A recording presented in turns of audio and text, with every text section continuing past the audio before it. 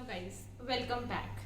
तो आज हम अपनी सीरीज की सेकंड वीडियो अपलोड करने जा रहे हैं, that is second chapter of macroeconomics, basic concepts of macroeconomics. हर दिन एक नया चैप्टर आएगा ऑब्जेक्टिव टाइप क्वेश्चंस का, जिससे कि हम मैक्सिमम जितने चैप्टर्स हैं उतने ही दिनों में हम लोग अपनी सीरीज को कंप्लीट करेंगे। और टाइम को वेस्ट ना करते हुए हम अपनी सीरीज को स्टार्ट करते हैं। So let's start. Chapter 2 basic concepts of macro economics के ऑब्जेक्टिव टाइप क्वेश्चंस जितने बनते हैं फुल चैप्टर में, वो सारे के सारे आज मैं कवर कर दूंगी। इसके अलावा आप लोगों को पढ़ने की कोई जरूरत नहीं है। You will get full marks सिर्फ इन्हीं को पढ़ने के बाद। Clear? So number 1 is dash refers to an individual और an institution who ordinarily resides in the country. वो इंडिविजुअल या वो इंस्टीट्यूशन जो कि हमारी कंट्री में रह रहा हो, और या फिर हम ये भी बोल सकते हैं जिसका इकोनॉमिक इंटरेस्ट भी हो हमारी कंट्री में। क्लियर? तो वो कौन होते हैं? Normal residents of a country. बेटा मैं क्वेश्चंस के साथ आंसर्स इस करके खुद ही लिख के दे रही हूँ आप लोगों को, कि ताकि आपको ढूंढने में टाइम वेस्ट ना हो आपका, और बिल्कुल एग्जैक्ट आंसर आपको पता हो कि इस क्वेश्चन का कौन सा आंसर है। Clear?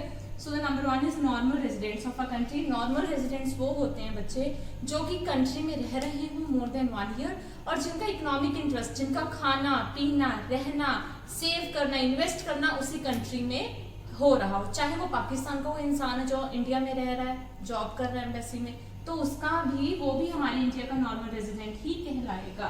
Clear? Next one is dash is a legal concept based on the place of birth of the person.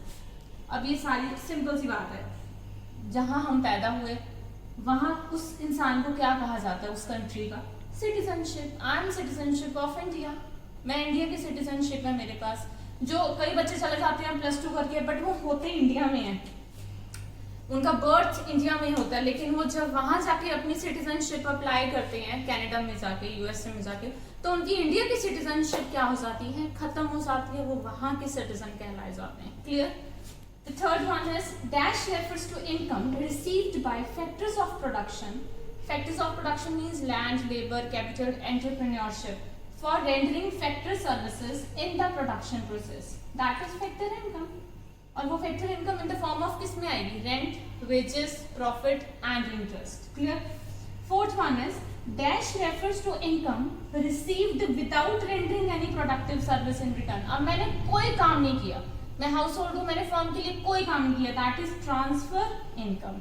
कौन सी इनकम? Transfer income. वो आप लोगों को अगर किसी भी बच्चे को अगर इन क्वेश्चंस के डिटेल में जाना है, बेटा वीडियो अपलोड हो चुकी है मेरे अपने चैनल में, that is basic concepts of macroeconomics. Heading दे रखी हुई है, टाइटल दे रखा हुआ है, एक बार उसको वीडियो को देख लेना, उसके बाद इन क्वेश्चंस में आना, क्योंकि ये डिटेल में वहां समझाए हुए हैं। Clear? Name the 2 transfer receipts. अब 2 ट्रांसफर रिसिप्ट्स कौन सी होंगी? That is current transfer and capital transfer. Clear? 2 receipts होती हैं, और ये हमारा बहुत ही इंपॉर्टेंट क्वेश्चन है। क्लियर? अच्छे से पढ़ने का। Name the goods which are used either for consumption or for investment। या तो मैं खर्च करूंगी उस इनकम को, या मैं इन्वेस्ट करके रख लूंगी, that is final goods. Clear? Name the goods which are used either for resale, या तो मैं उसको फिर से रीसेल करूंगी। फॉर एग्जाम्पल अब ये मैंने खरीद लिया, अब मैं मार्केट को और आगे रीसेल करूंगी, बेच दूंगी उसको, और for further production in the same year, या फिर मैं इसी साल में उसकी प्रोडक्शन करूंगी। Intermediate goods. Clear? Name the taxes which are imposed by the government on production and sale of goods and services। अब वो कौन से टैक्स होते हैं जो गवर्नमेंट लगाती है हमारी प्रोडक्शन और सेल ऑफ गुड्स पे? That is indirect taxes. अब इनडायरेक्ट टैक्सेस बहुत सारे होते हैं। फॉर एग्जांपल मैं शर्ट लेने गई, ठीक है, वो किसी महंगे ब्रांड की मैंने शर्ट ली, द कॉस्ट प्राइस मतलब जितनी भी उसकी मार्केट प्राइस है 5000, लेकिन जब वो बिल आया मेरे पास दैट इज 5200 ज्यादा लग के आया, दैट इज इनडायरेक्ट टैक्स, जो कि वो ले लेते हैं। ठीक है? The other names for subsidies. Subsidies आप सबको पता है क्या है, आजकल हमारी एलपीजी पे लग रही है सब्सिडीज। क्लियर? तो उसके अदर नेम ये भी इंपॉर्टेंट है। तो इकोनॉमिक असिस्टेंट कहते हैं हम सब्सिडी को, और फाइनेंशियल असिस्टेंट भी कहते हैं। ये ध्यान से देख लेना, क्योंकि न्यूमेरिकल में सब्सिडी का नेम ये भी आ सकता है लिख के, ठीक है। तो बच्चे ढूंढते रह जाते हैं कि सब्सिडी तो दी नहीं है, ठीक है। तो नेट इनडायरेक्ट टैक्स कैसे निकालें? तो name the goods which satisfy the wants of the consumers directly. अब डायरेक्ट वांट हमने क्या करनी है? सेटिस्फाई की। आई एम अ कंज्यूमर, तो मेरी कैसे सेटिस्फेक्शन होगी? Full consumption goods. Consumption goods कैसे होगी? मिल्क हो गया, अपना शुगर हो गई, सॉल्ट हो गया, ठीक है। वो डायरेक्ट मेरी वांट्स को क्या करते हैं? सेटिस्फाई करते हैं। तो बेटा ये तो हो गए हमारे फर्स्ट 10 क्वेश्चंस। आगे चलते हैं, एक बार स्क्रीनशॉट ले लो और अच्छे से स्क्रीनशॉट लेना ताकि आप लोग पेन डाउन कर सको बाद में, ठीक है। तो question number 11, which goods can be used again and again over a considerable point of time। अब सोच रहे होंगे मैम ने अंडरलाइन क्यों किया? बेटा इस चीज का ध्यान रखना कि वो कौन से गुड्स हैं जो over a considerable point of time पे हम क्या कर सकते हैं? बार बार यूज कर सकते हैं, that is durable goods. Clear? Question 12, name the goods which can be used for a limited period of time. वो कौन से गुड्स हैं जिन्हें कम टाइम के लिए हम यूज कर सकते हैं?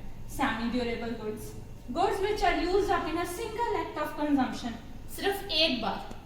Non durable goods, it refers to non material goods which directly satisfy the human wants. वो नॉन मटेरियल गुड्स मींस कुछ भी चीज नहीं होगी।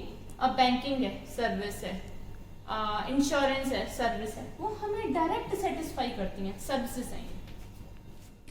The actual addition made to the capital stock of economy in a given period is termed as net investment. बहुत important है 1 mark के लिए।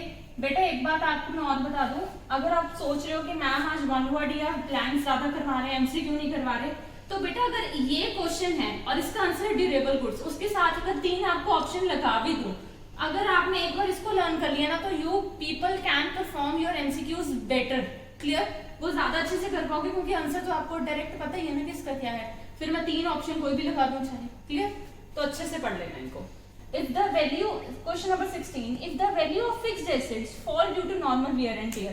अब कोई भी फिक्स्ड एसेट है, मेरी कार है, उसकी कीमत कम हो रही है, known as depreciation, उसको depreciation बोलते हैं।